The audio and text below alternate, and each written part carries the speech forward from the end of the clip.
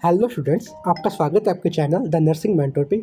आज से जो नर्सिंग का आपका सब्जेक्ट स्टार्ट करने वाले हैं वो है एनाटॉमी फिजियोलॉजी। ये काफ़ी इंपॉर्टेंट सब्जेक्ट है आपके नर्सिंग एग्ज़ाम्स के लिए। इससे काफ़ी क्वेश्चंस भी आते हैं, तो इसलिए हम इसको स्टार्ट कर रहे हैं बहुत ही ईजी लैंग्वेज के साथ, बहुत ही सिंपल एक्सप्लेनेशन के साथ इस सब्जेक्ट को हम कंप्लीट करेंगे। मैं आपको इसका सिलेबस दिखा देता हूँ। ये स्टार्ट होता है एनाटॉमिकल पोजीशंस एंड टर्म्स से, और जाके उसके बाद फिर सेल स्टार्ट होएगा, फिर टिश्यू, फिर आगे सिस्टम स्टार्ट हो जाएंगे। इस तरीके से आगे बढ़ता जाएगा ये। ठीक है, तो इसका सबसे फंडामेंटल टॉपिक है वो है एनाटॉमिकल पोजीशंस एंड प्लेन्स, जहाँ से आपका सब्जेक्ट स्टार्ट होता है। ठीक है, और ये आपको मैंने आपको सब्जेक्ट भी दिखा दिया। तो स्टार्ट करते हैं आपके सब्जेक्ट को, एनाटॉमी एंड फिजियोलॉजी को, इसकी डेफिनेशन के साथ। ये आपको पता हो कि एनाटॉमी क्या होती है, फिजियोलॉजी क्या होती है। हम बिल्कुल बेसिक से स्टार्ट कर रहे हैं। तो एनाटॉमी क्या है? Anatomy it is the study of structures and relationship among structures. ये क्या है? एनाटॉमी क्या है? स्टडी है। किसकी स्टडी है? स्ट्रक्चर्स की स्टडी है। और किसकी स्टडी है? उन स्ट्रक्चर्स की आपस में क्या रिलेशन है उसकी स्टडी है।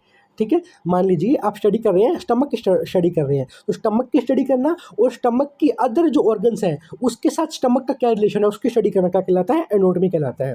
और फिर फिजियोलॉजी क्या है? It is the study of how body structures function.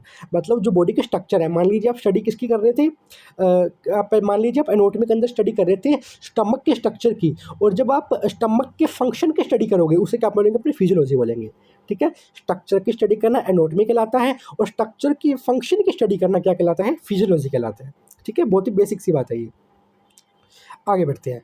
अब आती है एनाटॉमिकल पोजीशन। सबसे पहले हम पढ़ेंगे फंडामेंटल एनाटॉमिकल पोजीशन कौन सी होती है, जो कि जिसको अपने फर्दर आगे पढ़ते हैं डिटेल में। जो मेन फंडामेंटल जो पोजीशन है एनाटॉमी के अंदर वो कौन सी है? वो होती है बॉडी इरेक्ट, बॉडी बिल्कुल सीधी होनी चाहिए, फीट आपके पैरेलल होने चाहिए, और जो आपके हाथों के जो आपके पाम्स हैं वो क्या होने चाहिए? फेसिंग फॉरवर्ड होने चाहिए। यानी कि कुछ ऐसे जो आपकी बॉडी है इरेक्ट होनी चाहिए, बिल्कुल सीधी होनी चाहिए। जो आपके पैर हैं, जो आपके फुट हैं, वो कैसे होने चाहिए? पैरेलल होने चाहिए। और जो आपके पाम है वो फॉरवर्ड फेसिंग होनी चाहिए। ये कौन सी होती है? फंडामेंटल पोजीशन होती है इसकी एनाटॉमी के अंदर। ठीक है, उसके बाद जो आगे अपने सारी पोजीशन स्टडी करोगे वो इसी के अंदर ही स्टडी होती है मेनली।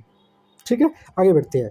आप ये समझ गए होगे कि मैंने क्या कही। मैं आपको फंडामेंटल एनाटॉमिकल पोजीशन बताइए कौन सी होती है, जिसके अंदर आप इरेक्ट बिल्कुल स्ट्रेट होना चाहिए, ह्यूमन पर्सन स्ट्रेट होना चाहिए, जो उसके फीट पैरेलल होने चाहिए, और जो उसके पाम्स हैं वो फेसिंग फॉरवर्ड होने चाहिए। ठीक है, बिल्कुल ऐसे।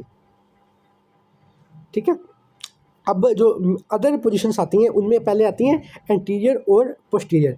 एंटीरियर मतलब क्या होता है? टू बी सिचुएटेड नियर और towards the front of the body. यानी कि जो बॉडी का फ्रंट पार्ट होता है, जो देखिए आईज होगी, नोज होगी, जो बॉडी का फ्रंट पार्ट होता है उसे बोलते हैं एंटीरियर, और जो बॉडी का बैक वाला पार्ट होता है उसे बोलते हैं पोस्टीरियर। ये बहुत ही बेसिक सी बात है। मैं आपको जो समझा रहा हूँ आप उसे समझ के अपनी लैंग्वेज में लिख सकते हैं, आपको कंप्लीट पूरे मार्क्स मिलेंगे। ठीक है, एंटीरियर मतलब फ्रंट वाला पार्ट, पोस्टीरियर मतलब बैक वाला पार्ट।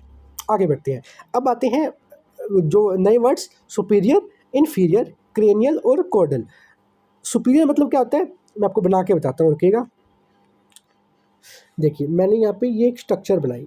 जो अब इसका जो अपर पार्ट है, जो ऊपर वाला पार्ट है उसे बोलते हैं सुपीरियर, और जो लोअर वाला पार्ट होता है उसे बोलते हैं इन्फीरियर। सुपीरियर मतलब अपर वाला पार्ट, और इन्फीरियर मतलब लोअर वाला पार्ट। सुपीरियर मतलब अपर वाला पार्ट, इन्फीरियर मतलब लोअर वाला पार्ट। और फिर उसके बाद क्या आता है?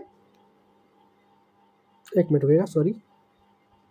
हाँ, उसके बाद क्या आता है? क्रेनियल और कोडल। क्रेनियल और कोडल, क्रेनियल मतलब क्या होता है? हेड वाला पार्ट।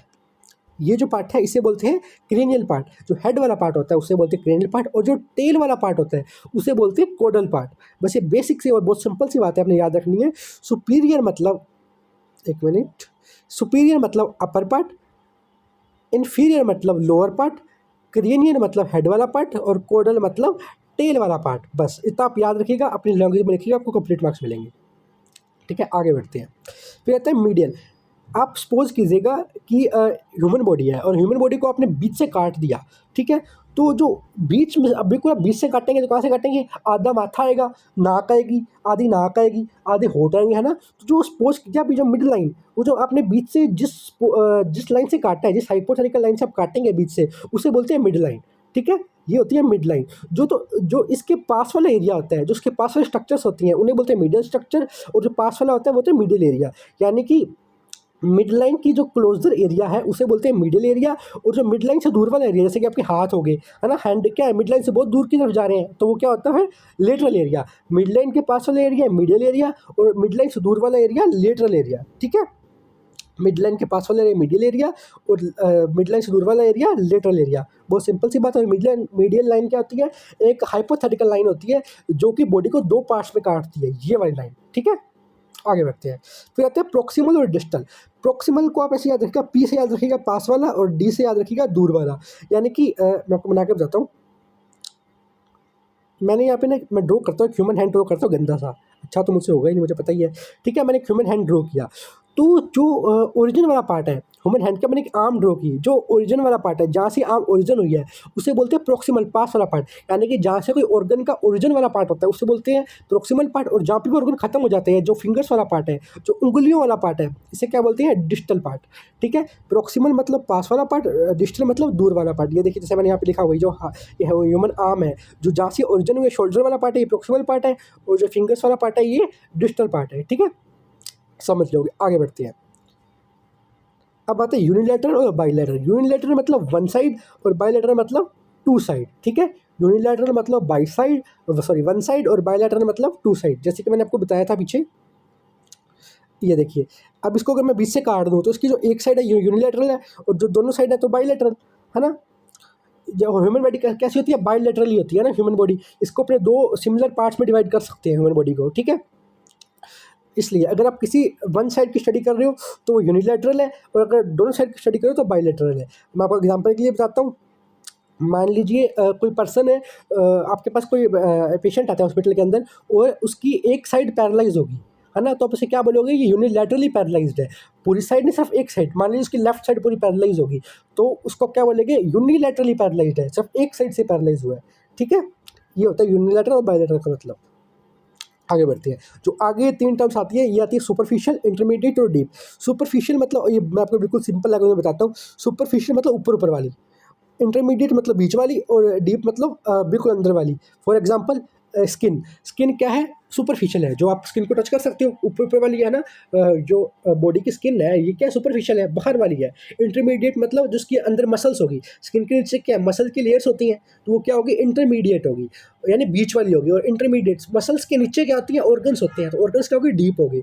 ऑर्गन का स्ट्रक्चर है डीप स्ट्रक्चर। सुपरफिशियल मतलब ऊपर वाली स्ट्रक्चर, इंटरमीडिएट मतलब बीच वाली स्ट्रक्चर, और डीप मतलब कौन सी? डीपेस्ट अंदर वाली स्ट्रक्चर क्या होती है? डीप स्ट्रक्चर होती है। आई होप आपको सब समझ आ गया होगा। मैंने बहुत ही सिंपल लैंग्वेज में आपको समझाने की कोशिश की है। मैं सारा एक बार दोबारा से रिपीट कर देता हूँ अच्छे से। एनाटॉमी क्या होती है? It is the study of structure and relationship among structures. यानी स्ट्रक्चर की स्टडी करना, और उन स्ट्रक्चर्स की आपस में क्या रिलेशनशिप है उसकी स्टडी करना, ठीक है। और फिजियोलॉजी क्या होती है? उन स्ट्रक्चर का फंक्शन क्या उसकी स्टडी करना क्या कहलाता है? फिजियोलॉजी कहलाता है, ठीक है। उसके बाद ये एनाटॉमिकल टर्म्स। सबसे पहले थे इंटीरियर। इंटीरियर यानी ऊपर वाली। पोस्टीरियर सॉरी, माफ़ कीजिएगा, एंटीरियर मतलब आगे वाली, पोस्टीरियर मतलब पीछे वाली। एंटीरियर मतलब आगे वाली, पोस्टीरियर मतलब पीछे वाली। सुपीरियर, उसके बाद आती है सुपीरियर, इन्फीरियर, क्रैनियल, कोडल। सुपीरियर मतलब ऊपर वाली, और जो इन्फीरियर होती है यानी कि नीचे वाली। क्रेनियल मतलब हेड वाली, और कोडल मतलब टेल वाली, ठीक है। फिर आती है मीडियल। मीडियल यानी मिड लाइन के पास वाली, और लेटरल यानी मिड लाइन से दूर वाली। प्रोक्सिमल मतलब ओरिजिन के पास वाली, डिस्टल मतलब ओरिजिन से दूर वाली। फिर आती है unilateral one sided, bilateral two sided. उसके बाद आती है सुपरफिशियल, इंटरमीडिएट और डीप। सुपरफिशियल मतलब जो ऊपर वाली स्ट्रक्चर है, ठीक है। इंटरमीडिएट मतलब ऊपर से थोड़ी नीचे वाली, बीच वाली स्ट्रक्चर। इंटरमीडिएट, डीप मतलब सबसे नीचे वाली स्ट्रक्चर, डीप स्ट्रक्चर, जिसमें क्या आती है? ऑर्गन्स आते हैं बॉडी के, ठीक है। और इंटरमीडिएट में आती है मसल्स वगैरह आती हैं, और सुपरफिशियल में स्किन आ जाती है, ठीक है। इसके बाद आपका स्टार्ट हो जाता है बॉडी प्लेन्स, ठीक है। इससे भी हम पढ़ेंगे, बहुत डिटेल में पढ़ेंगे, अगले लेक्चर में पढ़ेंगे, ठीक है। तो आई होप आपको फर्स्ट लेक्चर अच्छे से पसंद आया होगा, और अगर आपको पसंद आया हो तो इसे रिवाइज करते रहना, ठीक है, अच्छे से पढ़ते रहना। Thank you so much for watching. Good bye.